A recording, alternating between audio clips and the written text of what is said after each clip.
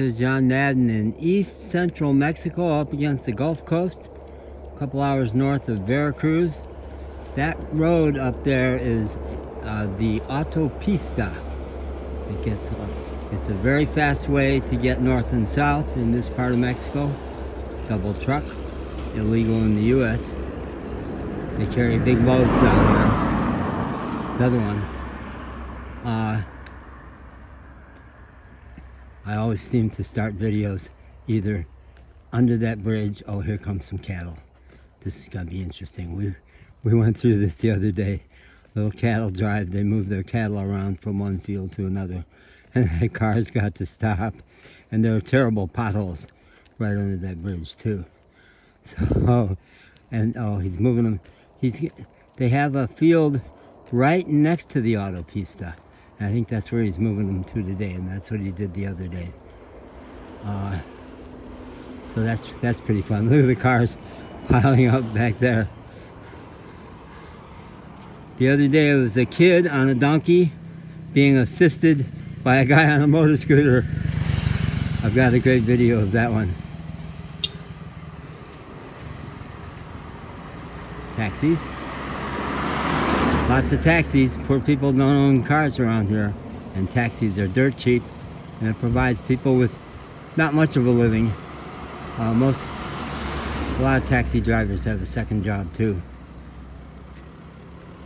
I just made a 10-minute tape about the destructive power of any absolute.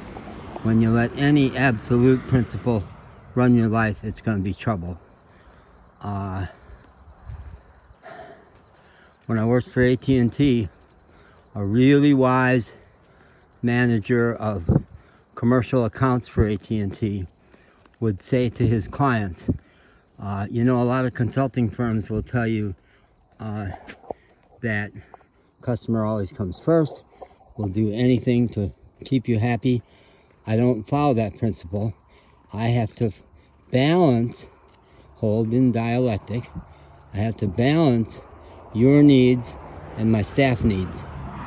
And if you say to me on Friday afternoon, I'd like this report Monday morning, and it means my folks are going to have to work all weekend, I'm going to say, is there some reason you absolutely need to have it on Monday morning?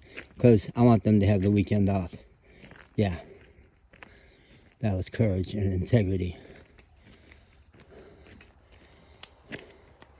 Hola, señor.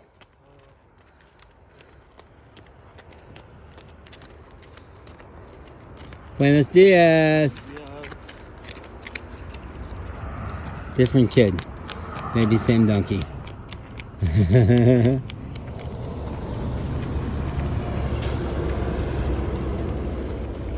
Yeah. So the subtitle of that talk was What's Wrong with the 10 Commandments? Because they're all absolutes. And it's a terrible way to try to run a human life. And it's spiritually immature.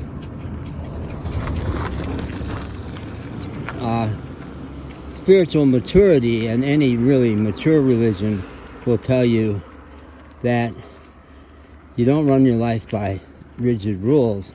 You run your life by listening in the moment to the voice for God.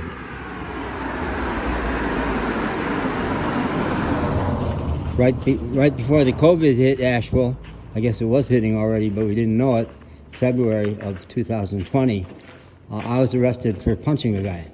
Yeah, first time I'd thrown a punch in my 73 years at that point, but he had insulted my black friend and roommate, street guy, wonderful, brilliant musician, street guy I had taken in off the street, and Eric needed not to do to him what Eric wanted and could easily do because he was a street fighter, but he was on probation for a street fight. He needed not to do it. He had a big gig that weekend, so I did it. Yeah. I didn't do it masterfully, but I landed a punch just enough for that guy to press charges and Eric to not have to do anything because he was watching the whole thing out of my 5th floor window. And he'd have given me such shit. He'd have given me such shit if I hadn't landed a punch at all. Eric's a great guy. We were such buddies. And in terms of dialectic, Eric represented my badass self. You know, for years I've been a friend of black people for a long time, raised a black kid, lots of black experiences. And other people use the expression I'm getting down into my bad self, or I would say getting down into my black self, because part of me culturally now is black. Big part, a wonderful part. That's why I had so much fun in New Orleans. It's 80% black. So I want to do a debunk of one of the 10 commandments. Thou shalt not take thy neighbor's wife. Yeah.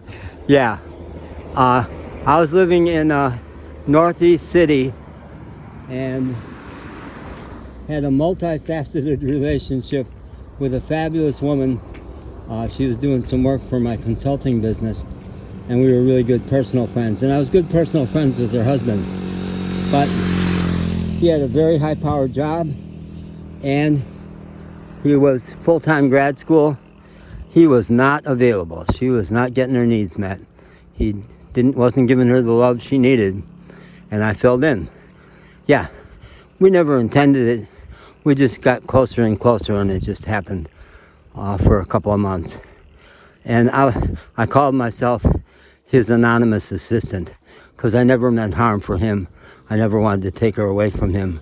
I just wanted her to be happy, and it worked for her.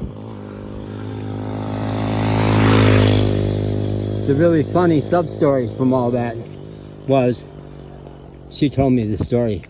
Tom is talking to his mom, and she was doing work for me in my consulting business. She was a nurse educator and was doing holistic health stuff with me. And Tom says to her, "Hey, I've got my mom on the phone. Tell her about the really exciting stuff you're doing with John these days." And she says she froze for just a second till she realized what he was actually referring to. So it's funny. It was funny. And I think it was a good thing. When I was in college, I'd been in the Catholic seminary for 5 years, and then went to liberal arts Catholic college, Jesuit college in Chicago, Loyola, and they had a maverick priest. I bet he didn't last long. Senski, S-E-N-S-K-I. I got to try to track him down. I think Jim Senski was a diocesan priest from Milwaukee and taught death of God theology and situation ethics. And situation ethics was a forerunner of exactly what I'm talking about. It said, how you decide how to behave in a certain situation is what path has the most love in it. What's the most loving thing to do? And I killed a dog a week ago, a killer dog, assassin dog, who had attacked this black dog here. Jason is missing an eye that dog ripped out. And I knew the voice for God in me, which is pretty clear and loud most of the time, said, the Mexican people are so peaceful, so sweet. It's very hard to get a gun. You can apply and get permission to keep a gun in your home to defend your home. So they don't have guns. And I asked Dahlia, one of the moms around the Israeli restaurant, I said, "Will you let me use your machete?" And she said, "Hola, buenos dias. Will you let me use your machete?" And she says, no, that'd be terrible. And it would have been messier. I ended up using a little kitchen fish filleting knife, flimsy but sharp, maybe 5 inches long. And I've always been capable of courage when I needed it. I'll do what needs to be done, always, but more lately. And that was a big, vicious dog, unafraid of attacking a human. And I had to get in close to him to shove that knife in his shoulder blades. And I got him. I wasn't sure because I ended up with a shank in my hand. And for days I didn't know if it had bounced off of him. But somebody found the body. He had bled to death. And I don't feel good about taking the life of another being. But it was the right thing to do, and I feel peaceful and content. It's going to be a lot easier for me to leave. It's easier. Everything is easier down there with that dog not around. Okay, bye.